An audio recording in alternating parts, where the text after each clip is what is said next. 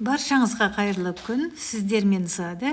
Бүгін крепли дайындаймыз. Ол үшін үлкенірек ыдысқа ұн мен қант, үстіне разрыхлитель салып, жақсылап араластырып аламыз.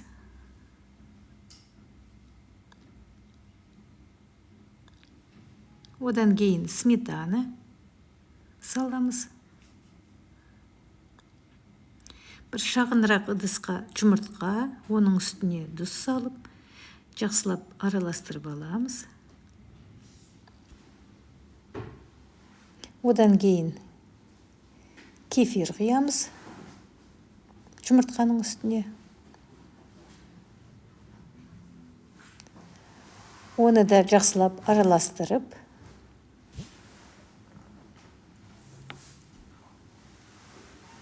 ұнның үстіне біртіндеп құйып шығамыз. Енді қамыр илейміз.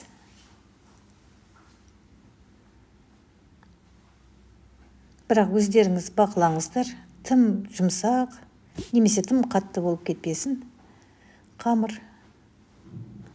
Егер тым жұмсақ болып қамыр қолға жабысып тұрса, онда үстіне кішкенеден ұн салып, қолға жабыспайтындай етіп, жұмсақ қамыр илейміз.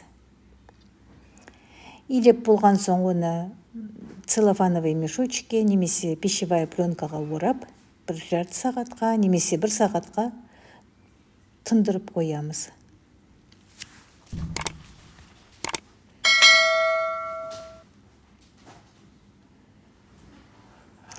Енді столдың бетіне ұн сеуіп, қамырды қайтара илейміз. Бірақ қатты илемеңіздер. Қатты илесеңіздер, қамыр көтерілмей қалады. Пісіргенде. Мінекей жайлап қайтарып илейміз де, жаюға кірісеміз. Жайғанда да бар күшіңізді салмай, ақырын жайып шығасыздар.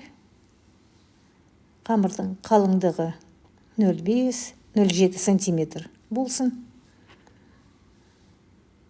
Егер одан жіңішке немесе қалың болса, онда біркелкі болып піспейді. Сондықтан видеода көрсетілгендей қалыңдығы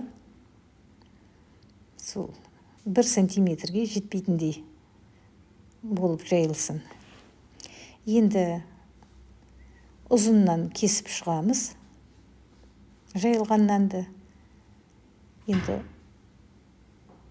одан кейін ромбиктерге бөлеміз.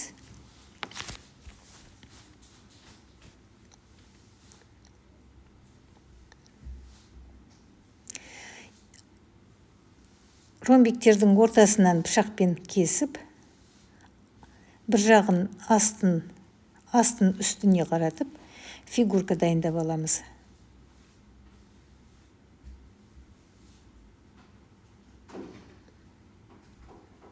Бәрін кесіп дайындап болғаннан кейін, қызып тұрған майға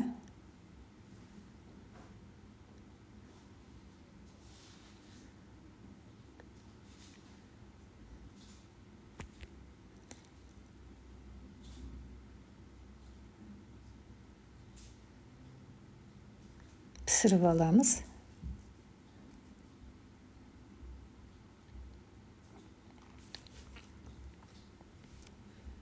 Мінекей көріп отырғаныңыздай, майға салынған нан әдемі болып көтеріліп, екі жағы да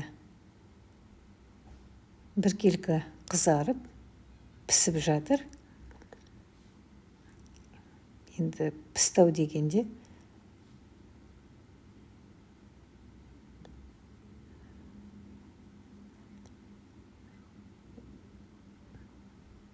түсіріп алып, барлығын осылай пісіріп аласыз.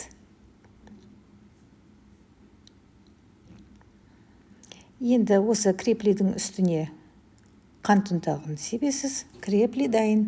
Ас болсын.